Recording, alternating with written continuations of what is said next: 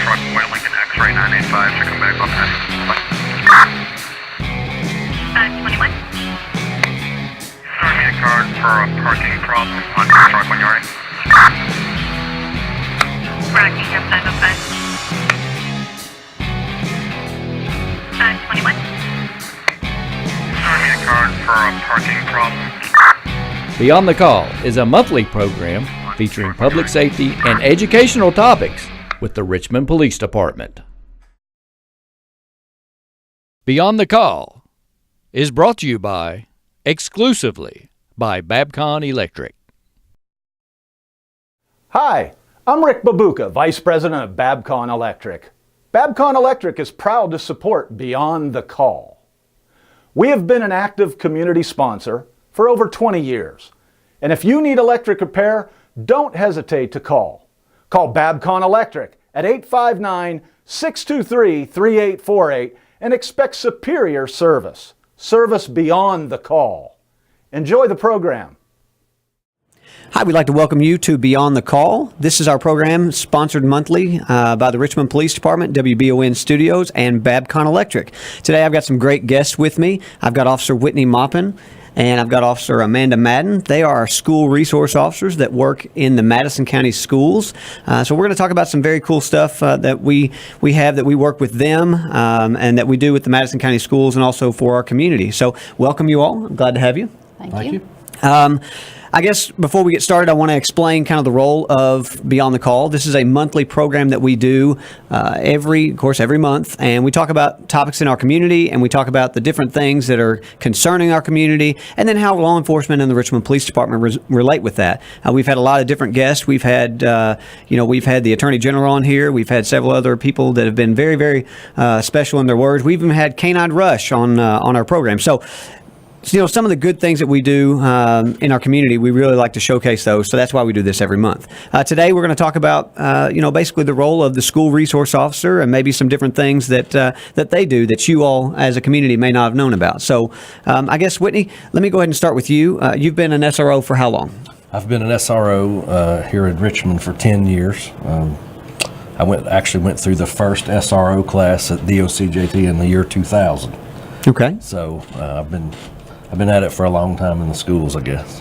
Well, now you and I have worked together in the schools, so I'm on patrol now, but back before I was on patrol, I was in the schools for about 8 years. So, different viewpoint, I guess, coming back to patrol and seeing what it's like on patrol versus being in the schools. So explain the role of the SRO that we have as it relates to law enforcement and our kids. Okay, first of all, I'm responsible for Madison Central High School, which is huge. I have about 2,000 kids. It sits somewhere around 280,000 square feet under roof and on 29 acres. I'm also responsible for Bellevue, which is what houses our day treatment program and our alternative school program. All right. Well, so you have a pretty big role as one police officer. So you basically have the responsibility of, if you want to think about it this way, a small city that you're responsible for the same number of people. Absolutely. So very important role. And now, Amanda, where does that take you as a school resource officer? I know that you recently started doing this. You've been in law enforcement for some time now, but you basically came to the schools back in January. Is that right? Yes, that is correct. Okay. Now, where are you assigned at? I am at Madison Middle. I am also at B. Michael Caudle Middle School, and I'm also at Clark Morris Middle School. So I bounce between 3 different middle schools as I am needed. It just depends on pretty much where dispatch tells me to go, or my phone might ring one minute and be at one school, and the next minute I might be at another one. So wherever I'm needed. So you also have a pretty big group of people that you're responsible for. Is that right? Yes. All right. So I guess we want to go ahead and dispel the idea that, that SROs are always going to be going to calls all the time, that there's always problems in our schools, because that's not the case. We don't want to get that myth going that there's always something bad going on. So, can you all, Whitney, I'll go to you first, and then kind of tell me what you do as an SRO. And then Amanda, I know that we teach a program here in the Madison County schools and with Madison County called Too Good for Drugs. So yes. You also have a significant role with that. But Whitney, tell us kind of what you do as an SRO. Okay, I think first and foremost you have to establish that the SROs are there primarily for safety, but again, you wear many different hats in the school setting. I spend a lot of time being a counselor or an educator or giving advice.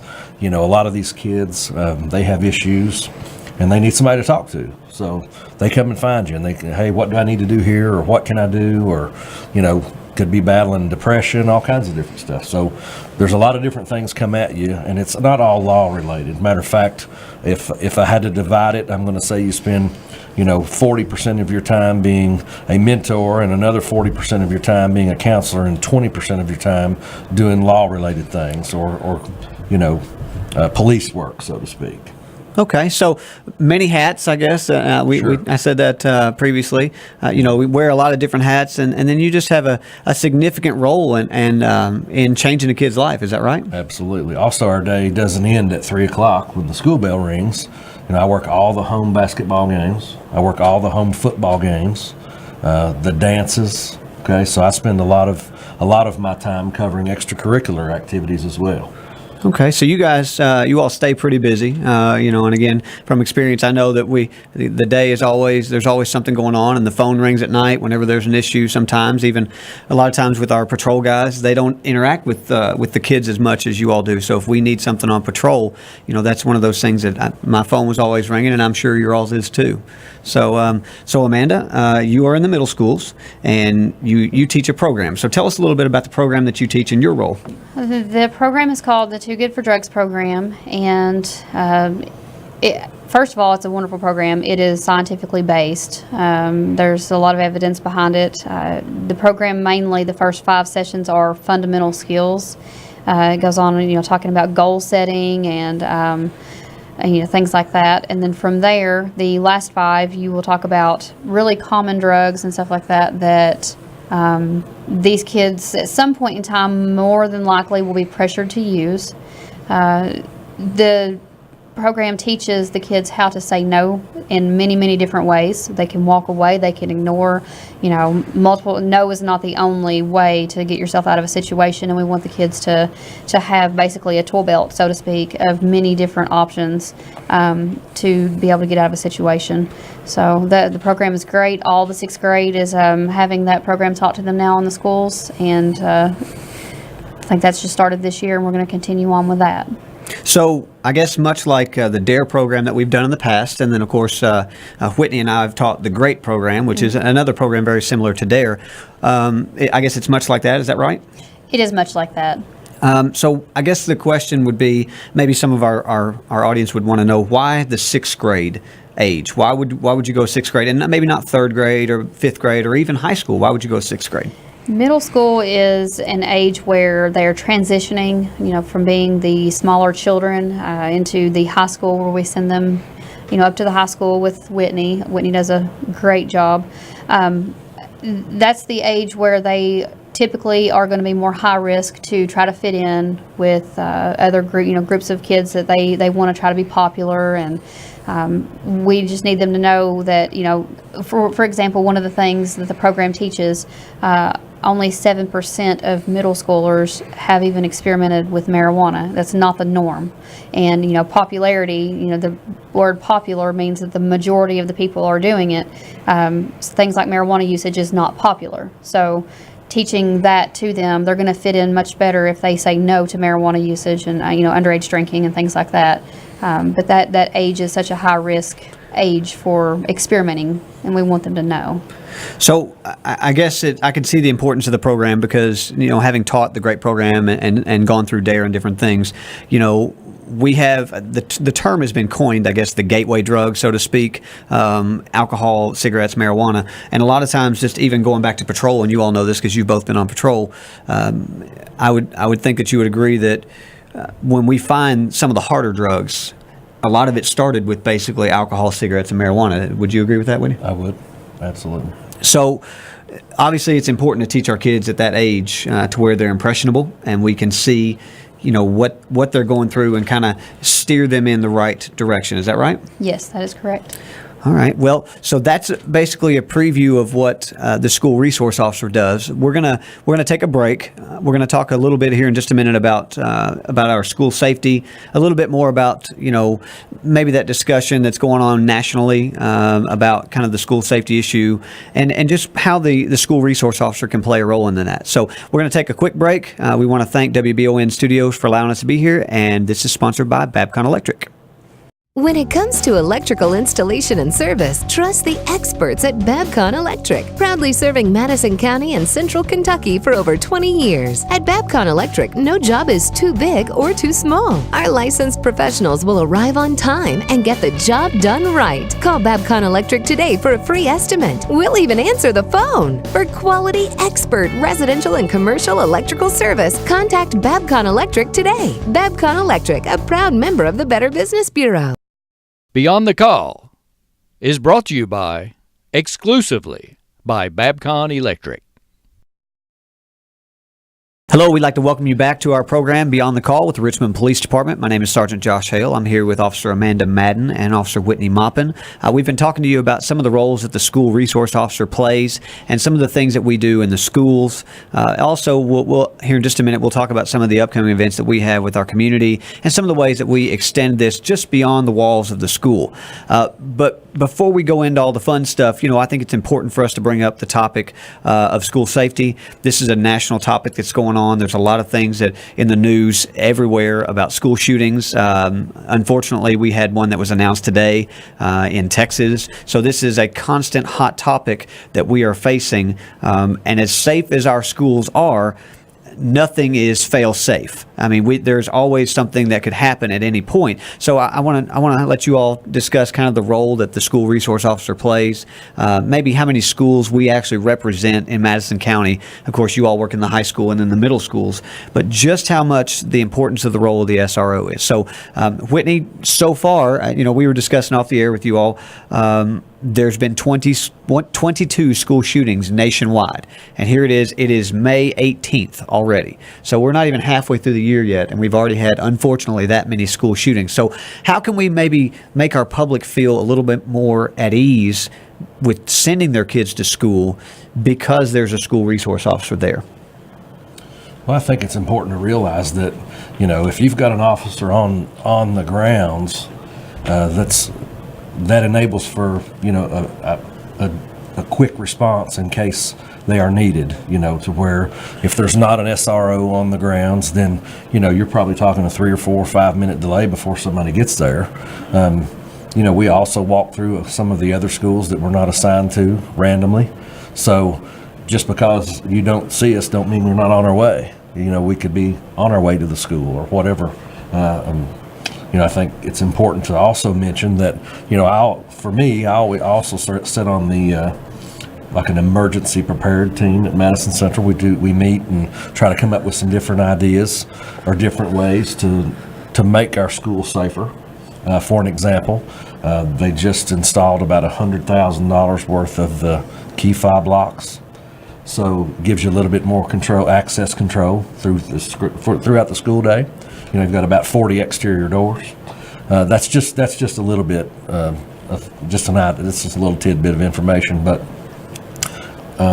outside of that, I'd much rather be where there's an SRO than where there's not one. Sure, and so you all, just like myself when I went, you all go through classes with the Department of Criminal Justice Training. So we're not just throwing you into the schools and saying, you're a police officer, here you go work with the kids. I mean, it really does take a special kind of person and special officer to go and work in the schools to not only, of course, teach and counsel and the things that we do, but when something happens, we have to be ready to go. So, Amanda, you and I and Whitney were talking just a minute ago, again off the air at a break, about, some of the role that our patrol guys have. While you all can't be at every single school, and I believe it's 19 schools that Madison County has, or close to it. 17 schools and a little over 10,000 kids in our school system. So that's, again, small city population, large city population. That's a lot of kids to be responsible for. So you all can only be in one school at a time, obviously. So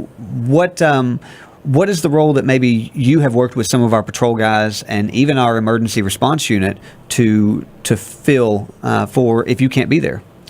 Well, Officer Madden, other Officer Madden that works for Richmond Police Department, he has he's made a special point to go to each school, talk to, I know he's been to the middle schools, I believe he's been to the high school so far. If not, he should be making his round up there to get information. He is on the emergency response unit.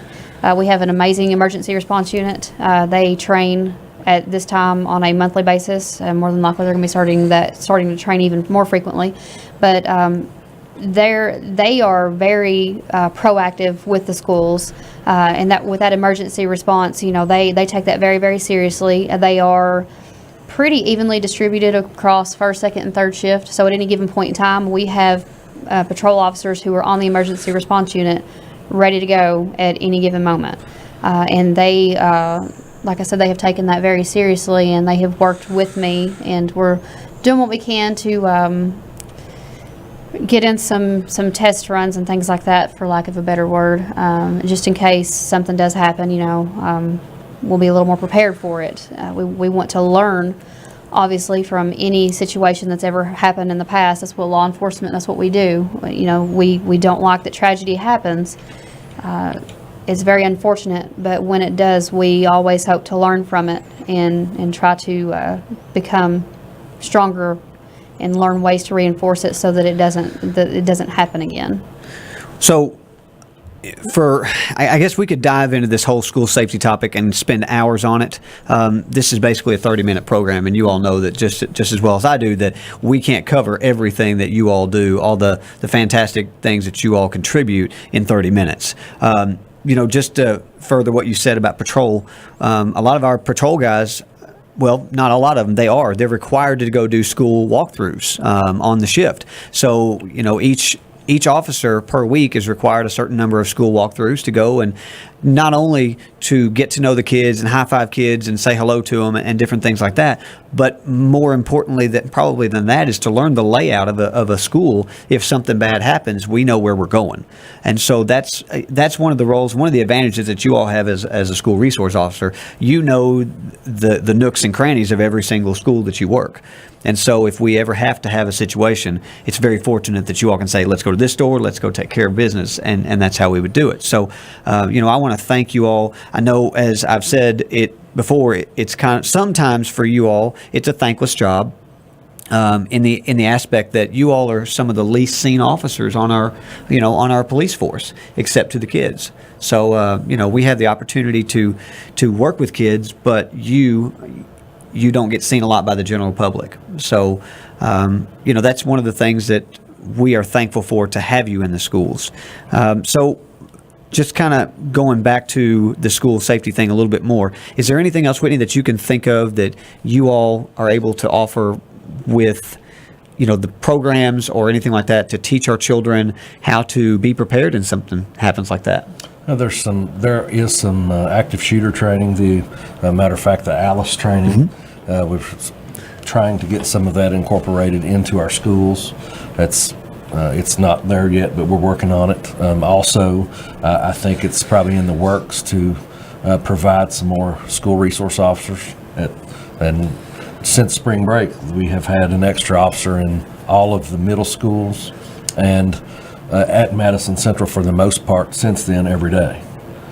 So just adding extra officers, which obviously, going back to the nuts and bolts of it, that does cost money, but we're trying to work with Madison County Schools and, of course, the community to get more police officers in the schools. Sure. And I don't know if we said it earlier, you said the ERU team.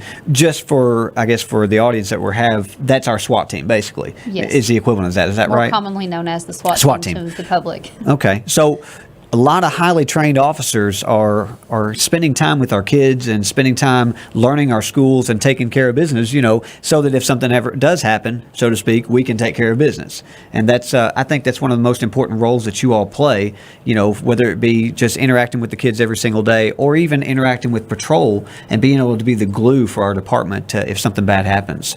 So I want to thank you all for that. We're going to take a little break again. We're going to take a break and then come back, and we're going to talk about one of the more fun topics, the things that we do. Of course, you and I have worked this for years and years, and I'm excited, Amanda, for you to get to be a part of this. This is the fun part of the job. We're going to talk about our police summer camp. So when we come back, we will talk about that. I want to thank WBON Studios for allowing us to be here, and this is sponsored by Babcon Electric. When it comes to electrical installation and service, trust the experts at Babcon Electric, proudly serving Madison County and Central Kentucky for over 20 years. At Babcon Electric, no job is too big or too small. Our licensed professionals will arrive on time and get the job done right. Call Babcon Electric today for a free estimate. We'll even answer the phone. For quality, expert residential and commercial electrical service, contact Babcon Electric today. Babcon Electric, a proud member of the Better Business Bureau. Beyond the Call is brought to you exclusively by Babcon Electric. Hello and welcome back. We are on our final segment for our Beyond the Call program here at WBON Studios, sponsored by Babcon Electric. I have with me Officer Amanda Madden and Officer Whitney Maupin, our school resource officers. So we talked about school safety. We talked about some of the things that we do in the schools during the school year. This is more the fun stuff that we do whenever the school is not in session. I think a lot of people ask, what does an SRO do whenever you're not in school, if you're not actually working with the kids? So I'm going to let them kind of take away the show here and tell you about our Richmond Police Summer Camp, which is one of my favorite programs that we do here at the police department. So, Whitney? Thank you, Josh. Our summer camp is a program that was started. This will be my 9th camp. It's number 10 in numbers, I guess you could say. It's the 10th camp. When I started in 2008, we had 18 kids.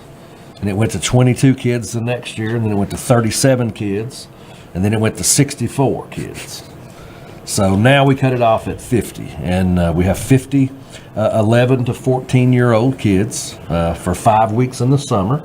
This year camp will run from June the 25th until July the 24th, and it sounds kind of funny because it's in the end of the week, but we have some training that at the end of that week that we're going to attend. So normally it would run through that last week of July, depending on how the days fall.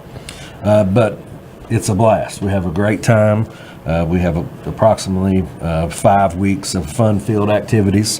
We try to incorporate some everyday lessons about, whether it be respect or integrity or being honest or telling the truth or along those lines, some of the things that they encounter. We also spend some time talking about some of the issues that they face, whether it be social media problems, many different topics throughout camp.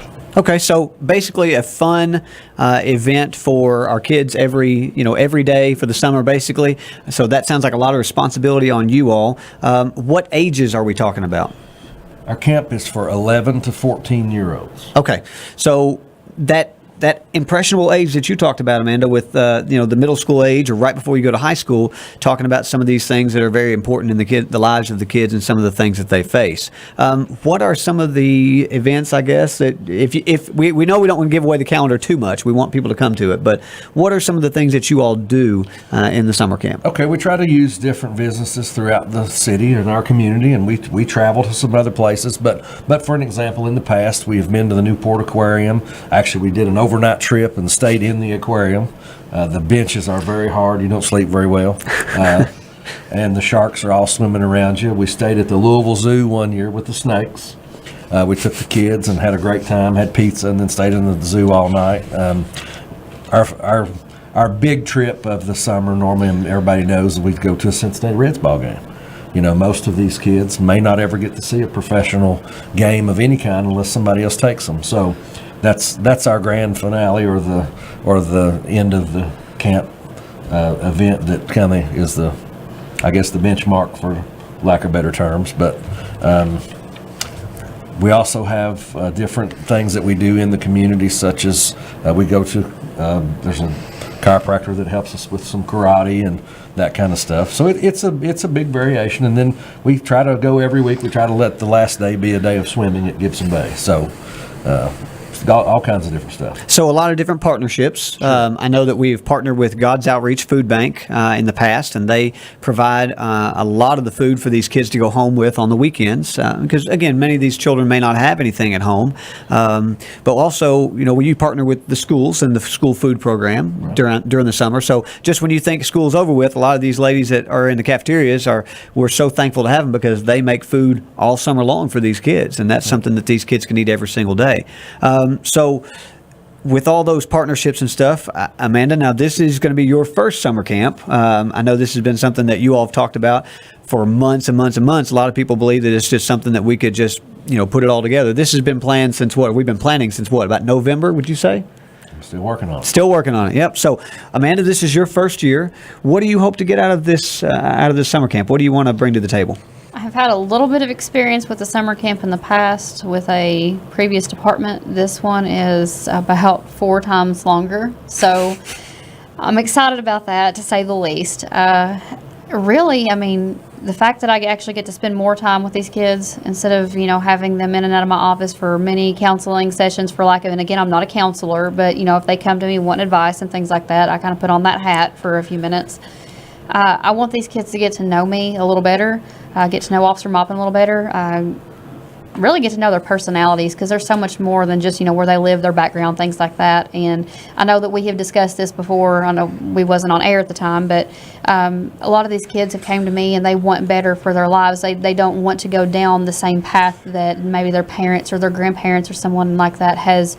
They may be in jail or have a hard home life, and they want more. They want to be a doctor. They want to be a lawyer. They just need someone to have faith in them and, tell them that they can. And find some good friends and good motivation, I guess, for lack of a better word. But I hope that in at least some way, if I can be that for just one person, then that's going to be worth it, really, all the time and effort that's put into it. So you're not just stopping in the schools. You're going to continue that relationship and build it with at least 50 lucky kids that come to camp. I'll just kind of go into it for the purposes of time. This camp doesn't cost anything to our community. So whenever you get the application, which you can pick up at the police department and also in your schools, is that right? For the little bit of time that we have left for the schools, you fill that application out, and then basically, if we can get you in the camp, we want to have you, because it doesn't cost the community anything. Is that right? That's correct. So we have a lot of great sponsors, a lot of great community partnerships that we have that want to continue this program. And so this is, again, year 10, and the program keeps getting bigger and bigger. So any way that we can get our youth involved is fantastic. So, I want to thank you all again for your involvement with all that as we continue to do that. So how can our community help out with our summer camp program? I know that you're still looking for sponsors. I know we still, of course, we use Kentucky River Foothills for transportation, and the food, is taken care of. But how can our community partners get involved with you all? We can probably use some volunteers or some chaperones on some of our trips. We go to some places sometimes that you need more than 1 or 2 sets of eyes and 1 or 2 arms, because you go to a Reds ball game, and I made the mistake one year of us wearing red shirts, and they all disappeared. Everybody had red shirts on, so it was pretty tough. But outside of that, we can always use food or something like that. I don't know, as far as donation wise, I wouldn't know what to say, because everything's taken care of. But well, I will go ahead and say this on behalf of the police department. It's not a monetary donation, so we can't do the money thing. Right. But we could do food. We could do some other kinds of, if a business wants to sponsor tickets to an event or wants to sponsor something, T-shirts, movies, things like that. These are all things that someone could do to donate, but other than money. Right. So, that is one thing that we have coming up. Again, Whitney, tell me the date one more time for our audience. June 25th through July the 24th. And what times will that be at? That will be from 11 until 3. So not really an overnight trip. So basically it's we've got your kids for a little while, and then you come take them back. That's right. Okay. They Well, must have transportation okay. to and from camp. So transportation is necessary. All right. correct. So that is one of the things that we have coming up for the Richmond Police Department. And as our community knows, we really try to get out there for the community involvement and do other things as well. So some of the other things that we have coming up, some of them don't really have a date just yet. But we have our summer camp, which is our biggest community event that we do. But we also have Dunk-A-Cop coming up, and that's going to be with Dunkin' Donuts again. That's going to be probably sometime in August, right when school starts back. We have our July 4th extravaganza stuff going on. So if you want to hang out with police officers, if you want to spend time with us, we usually set up a pretty big command center partnering with the fire department there so that you can interact with our police officers and be out there. And that's more of a fun event and an easy event that we can just socialize with our community. Another event I do have a date for is June 30th at the Richmond Raceway. That's the racetrack out off 52. We are going to be having the Richmond Police Night. And that is a night that you can see some of the police officers out there and see some cars racing and just have a fun time with your family. So those are some of our big events coming up. Obviously, again, summer camp being the biggest, and we look forward to, maybe posting some photos, maybe even doing a program or a show from the summer camp. So that is what we have going on with that. Some final thoughts that we want to give you just based from the police department. I think it's very important to everybody understand, obviously, it's getting warmer outside. We've had times when it's been 12 degrees outside when we've done the program, but now it's getting warmer. So it's very, very important that people lock your cars. Thefts are not necessarily at a crazy level, but it is the opportunity for people that want to go out and commit crime to do so because it is warmer outside. So make sure you lock your doors at night, lock your vehicles up. Again, one thing that we want to most certainly talk about is the safety of your children. Again, we don't want any kids left in hot cars. Please do things that would have precaution for your kids and for your own personal safety. So that is very, very important. And of course, if you need anything, you can always contact the police department. So if you need to contact the police department, if you need to call the non-emergency number for any kind of thing such as EMS or fire, the Berea Police Department, the Richmond Police Department, Madison County Sheriff's Department, non-emergency is 859-624-4776, and that is our non-emergency number. Now, if you can't remember that and you have an emergency that happens, then obviously we want you to dial 911. So all of this is going to be, that's an easy number that we teach our kids from age, little as we can teach them to remember to call emergency services. So again, 911 if you have an emergency. We've also had several in our community. We know that our Facebook page and our Twitter page are followed, and we want to thank you for that. Unfortunately, it is not monitored 24/7. So, we have a team of people that do monitor our social media, but if you have an issue that needs to be addressed, please don't send us a message on Facebook or Twitter because we may not be able to get to you in that reasonable amount of time. So again, if you need police assistance, EMS, fire, whatever it may be, contact those non-emergency numbers or 911. So with that said, we're at the point of closing. Amanda, Whitney, I want to thank you all for coming to our program. This is our program that we have monthly. My name is Sergeant Josh Hale, as your host, and this is Beyond the Call, sponsored by WBON Studios and Babcon Electric. So until next month, we want to thank you for joining us, thank you for viewing, and thanks for watching.